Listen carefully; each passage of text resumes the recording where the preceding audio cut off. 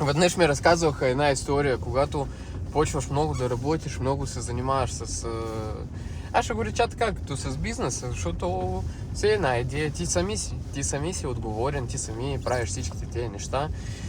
И когато всичкото в главата ти това нещо, ти все едно си в играта, както в футбола, нали така? Има и тия, как им са, хора, които играят, как се наричат ти? По-нашински игроки. Ти си, главата ти е заета с футбола и нищо не те занимава, нищо не те такова. Но когато се спираш малко, гледаш, се огледаш пострани и разбираш, че живота върви, нещо произхожда в този живот, а пък ти това нещо дори не си го забелязал.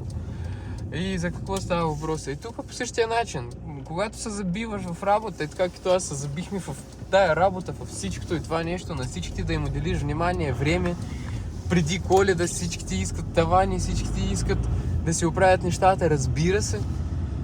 Но нали пак, нашата идея е какво? Качество. Да направиш така, като за тебе да помнат, да знаят, когато говорят за тебе, да говорят само от хубава гледна точка. Имам предвид, че не става и при нас грешки, разбира се, става. Не е без грешки. Имаме също достатъчно.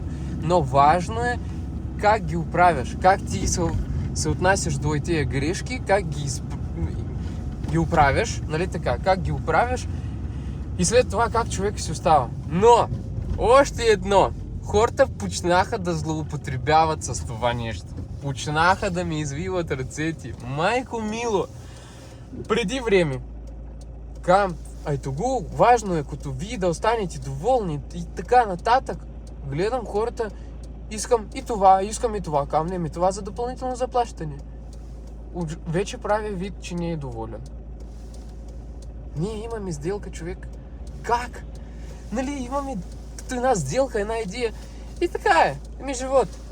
Учим се да комуникираме с всичките и навсякъде. Обърнете това, не в описанието на профила.